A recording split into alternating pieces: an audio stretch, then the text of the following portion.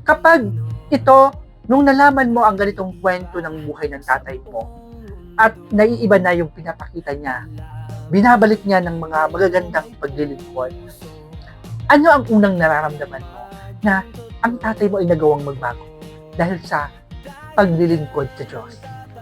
Naniniwala po ako that once you really surrender your life to God, He can change, He can transform you.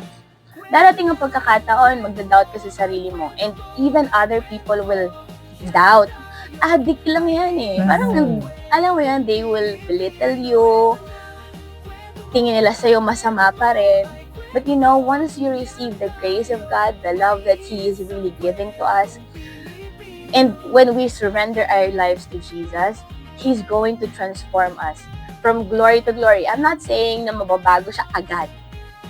Of course, may mga challenges pa din po. Of course, may mga weaknesses pa din po. I'm not saying that my father is perfect, my parents, ako, hindi po ako perfect.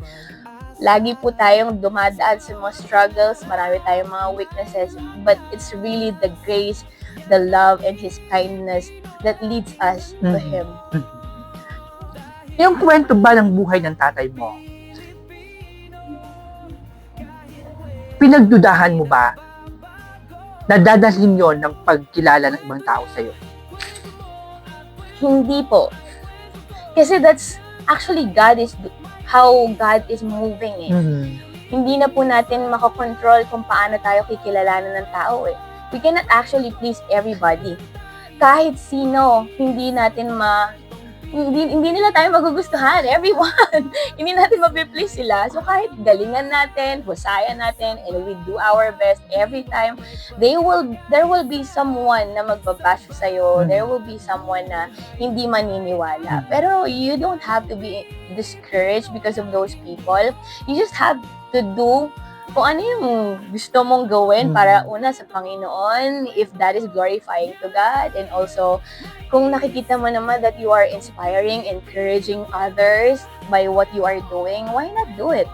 So yung pagtugtog ko po, yung pagkanta ko, hindi naman lahat ng mga tao magugustuhan yung boses ko. Hindi naman lahat sila magugustuhan kung paano ako magtugtog or the way I'm doing what I'm doing. But everything that I do, I always see to it na, Lord, every time I play, every time I sing, I hope it brings healing, or it brings encouragement, or it brings something to people that when they hear my voice, or when they hear my music, they will feel that they are loved, that they are being comforted, and also yung embrace ng someone na parang hindi mo mararamdaman sa kahit kanino. It is really from God. Yung presence ni Lord that every time I play or sing, yun po yung palagi yung prayer ko. So kahit tumutigtog ako ng mga love songs or whatever I do, playing, it's really something na gusto ko pong ma-impart sa mga nakikinig. Yung love, yung peace, yung comfort na kayang ibigay, hindi ng tao. It's really from God. Ito, Jet. Bilang anak ka ng mga taong naglilingkod sa Diyos, sa sarili mo ba, natatakot ka magkamali? Na magiging dahilan upang mabago ang pagrespeto at pagtingin ng ibang tao sa magulang mo?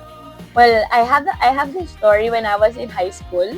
Dahil pastor's kid po ako, lagi sinasabi sa akin, anak ka pa naman ng pastor, ba't ganyan yung ugali mo? So, that time, doon po ako nagkaroon ng parang rebellious spirit na, hala, hindi ko naman ginustong maging anak ako ng pastor. Bakit niyo ako parang binabash sa lahat ng ginagawa ko? But, doon po sa tanong niyo na baka maging discouragement ako or ano. Actually, I have that fear. I don't want my parents to be disappointed at me. And I really want them to, I want them na hindi masayang yung mga ginawa din nila. So, if there is something in me na nakakagawa ko ng kamalian ko, of course, wala namang makakapagsabi na tayo ay mga mahuhusay at walang kamalian sa buhay.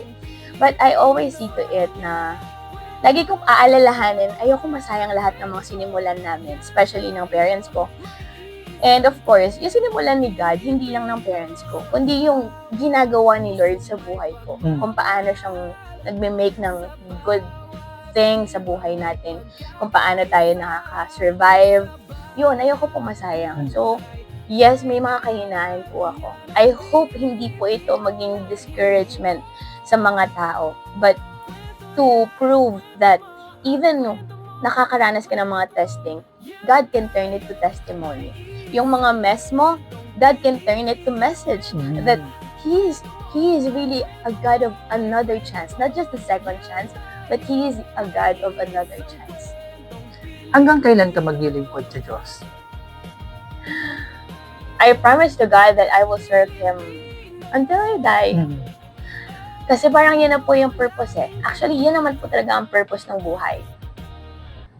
Sometimes we think that the reason why we live is just for the people around us, for our family, kung bakit tayo nagtatrabaho, kung bakit tayo ginagawa yung best natin para sa sarili natin and for our loved ones. Actually, it's not just about it. The reason why we live, God created us for a purpose, and the purpose is to give Him the glory.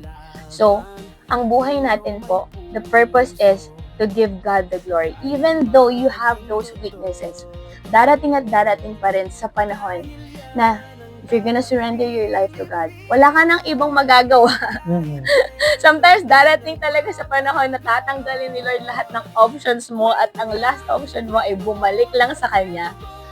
Dadalhin ka niya sa sitwasyon na wala ka nang ibang tatakbuhan kundi siya lang. And then mo marirealize that the purpose of your life is to really live for God. To really live for Him. Mga ka-Pilipin, tinatamaan po ako dun ha. Kasi ako naniniwala ko talaga dyan, no? Yung sa dami na nagmamahal sa atin, minsan may mga pagkakataon na hinahanap natin yung purong pagmamahal. Natama ka na sinabi mo na talagang mapapaligon ka at babalik ka na lamang at titingala, siya pala. No? Yung tutugon doon sa espasyo ng puso mo na hinahanap mo. Diba? O ito, Jet, kumusta ang relasyon mo sa mga kapatid? Bilang panganay, ikaw ang refleksyon ng isang kagandahan ng asal mula sa iyong mga magulang. Paano ka nagiging isang modelo sa mga kapatid mo na dapat ito tayo ang imahe natin? Okay lang, paano mo pinapaliwanag na okay lang magkamali, pero dapat ganito ang dapat natin gawin dahil ganito ang mga magulang natin. Kumusta ang pamamaraan mo ng pagpapakita ng isang mabuti at modelong ate? Actually, I am blessed doon po sa mga kapatid ko. I have 2 siblings. I have sister and a brother. And they are actually so loving. Magkakaiba po kami ng personality. May pagka-dominant ako na tahimik. Yung kapatid ko namang sumunod, she's very loud. And she's actually dominant din. Yung bunso namin, napaka-loving po. Kahit lalaki siya, wala po siyang naging kahit anong bisyo. Mahalin niya lang yung napangasawa niya ngayon. Sure. So, blessed po ako kasi yung mga kapatid ko, kahit po lumaki kami na hindi po palaging kasama yung mga magulang namin because they are actually, sabi ko nga po, missionaries po sila, na mga nasa province, nasa ibang bansa sila. They are tent making for us as well. Hindi po sila naging pasaway. Baka nga ako pa po yung pasaway. Excuse me. Baka ako pa po yung naging pasaway na ate. Pero they're actually very understanding.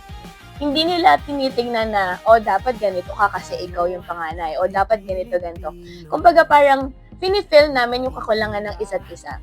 Kung ano yung kaya ko, hindi nila kaya, ako yung nandun. Kapag hindi ko kaya, sila yung nandoon. So, we are actually helping each other.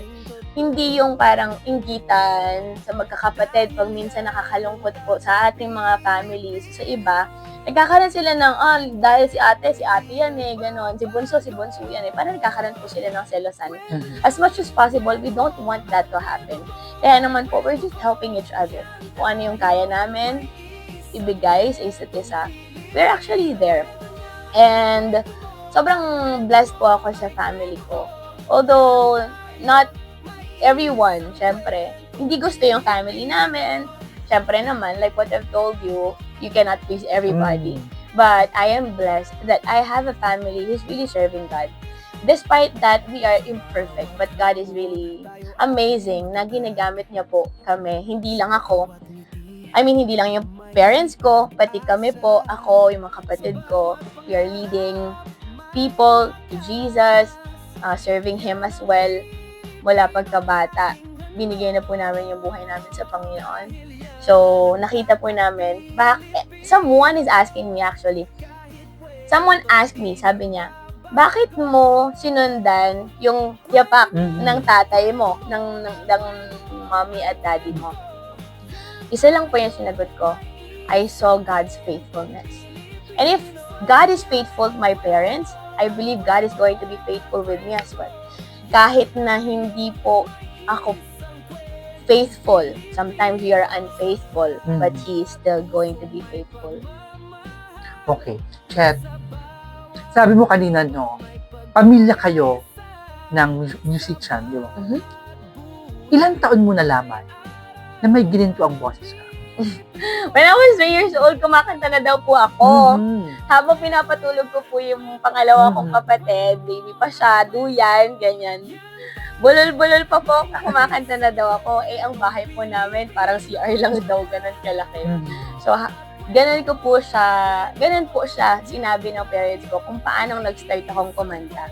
And I'm so amazed din po, na ganun palang kabata, nasa tono na, nakakakanta na. At habang lumalaki po kami, sa mga churches na napupuntahan namin, lagi kaming may mga special number. So, buong family, singers. Kaya, nagiging nakakatuwa.